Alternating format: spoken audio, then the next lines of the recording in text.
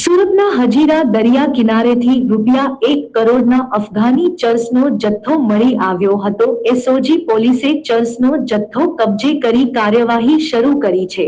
Surat police દ્વારા નો drugs અભિયાન શરૂ કરવામાં આવ્યું હતું। આ અભિયાન અંતર્ગત પોલીસે જુદા જુદા વિસ્તારમાંથી એમડી ડ્રગ્સ જેવી નશાકારક વસ્તુઓનો જથ્થો ઝડપી કાર્યવાહી કરી રહી છે। ત્યારે સુરતના હજીરા દરિયા કિનારેથી આશરે 1 કરોડથી વધુનો અફઘાની ચરસનો જથ્થો મળી આવ્યો છે। એસઓજી પોલીસે ચરસ કબજે કરી કાર્યવાહી શરૂ કરી હતી અને સુરત દરિયાઈ માર્ગે થતા ડ્રગ્સ સ્મગલિંગના રેકેટનો પર્દાફાશ કરવામાં આવ્યો હતો। એસઓજીને 1,87,00,000નું ડ્રગ્સ મળી આવ્યું હતું, જેનું વજન 1.774 કિલોગ્રામ હોવાનું જાણવા મળ્યું હતું। આગામી 15મી ઓગસ્ટ સ્વતંત્ર દિવસ અનુસંધાને ગુજરાત રાજ્યમાં આંતરિક સલામતી માટે પેટ્રોલિંગ સમયે જ આ ચરસનો જથ્થો મળતા ચકચાર મચી છે। જ્યારે સુરત શહેરમાં ભૂતકાળમાં દરિયા માર્ગે મોટા પ્રમાણમાં ડ્રગ્સ અને ચરસ મળી આવ્યું હતું। સુરત શહેરમાં ડ્રગ્સ ઘુસાડવું મુશ્કેલ હોવાથી ડ્રગ્સ માફિયાઓએ દરિયાઈ માર્ગે ડ્રગ્સ ઘુસાડવાનો પ્રયત્ન કરી રહ્યા હોવાનું સામે આવ્યું છે। હાલના આ રેકેટમાં આંતરરાષ્ટ્રીય ડ્રગ્સ સ્મગલિંગ કરતા ડ્રગ્સ માફિયાઓની સંડોવણી બાબતે ઊંડાણપૂર્વક તપાસ હાથ ધરવામાં આવી છે। જ્યારે હજીરા પોલીસ સ્ટેશનમાં એનડીપીએસ અધિનિયમ હેઠળ ગુનો દાખલ કરી આગળની વધુ તપાસ એસઓજી પોલીસે કરી છે। હજીરા મરીન અને એસઓજી બંને ત્યાં સર્ચ કરતા અમને 3 કિલો અને 754 ગ્રામ અફઘાની ચરસ, જેની કિંમત ઇન્ટરનેશનલ ભાવ મુજબ 1,87,70,000 રૂપિયા થાય છે।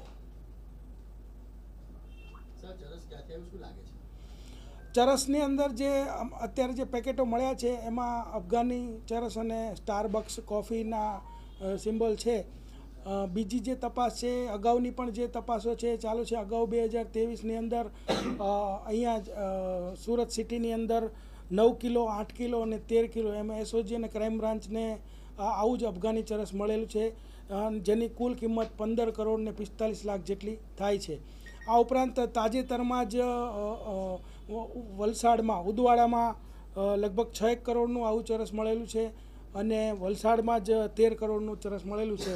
એટલે આ વ્યવસ્થિત રીતે દરિયા કિનારેથી આ ચરસ ઘુસાડવા માટે પ્રયત્ન કરવામાં આવેલું છે, પરંતુ ફિશરમેન વોચ ગ્રુપ અને જે દરિયાકાંઠે રહેતા માછીમારો એની સાથે પોલીસની સતર્કતાના કારણે આ તમામ જે ચરસનો જથ્થો છે એ પકડાઈ ગયેલો છે।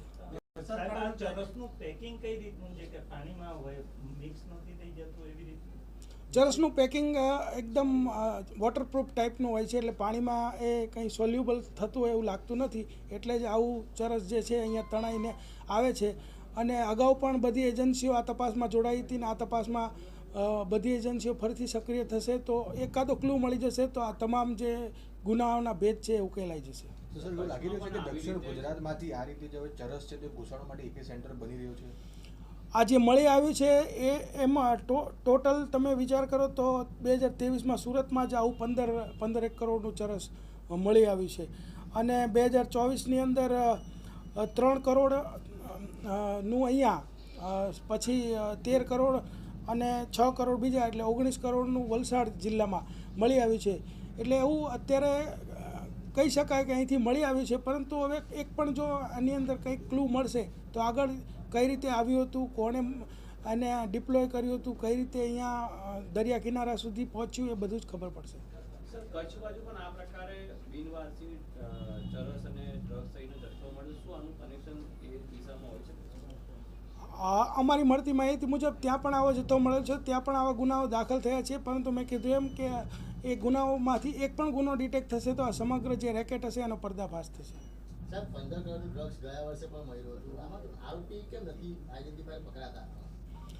આમાં દરિયા કિનારેથી આ તણાતું આવેલું હોય છે અને જે માછીમારોને મળે છે કિનારા ઉપર પડેલું મળે છે। અમે અગાઉ ડ્રાઈવો પણ રાખેલી છે કે ભાઈ આવું કઈ કઈ જગ્યા ઉપર મળે છે, ત્યાં ડ્રોનથી પણ અમે જૂન મહિનામાં ડ્રાઈવ રાખેલી અને એટલા માટે જ રાખેલી કે માછીમારો સતર્ક રહે અને આવું કોઈ પણ પદાર્થ એને મળી આવે તો તાત્કાલિક પોલીસનો સંપર્ક કરે। એટલે પોલીસની અને જે ફિશરમેન છે એની સતર્કતાને કારણે આ જે ચરસનો જથ્થો પકડાઈ ગયો છે, પરંતુ એનો દરિયા કિનારાથી અહીંયા આવેલું હોવાને કારણે હજી સુધી ક્લુ મળી શક્યો નથી, પણ જેવો મળશે એટલે તાત્કાલિક બધા જ જે ગુનાઓનો ભેદ ઉકેલાશે તો આખું રેકેટ જે છે બહાર આવશે।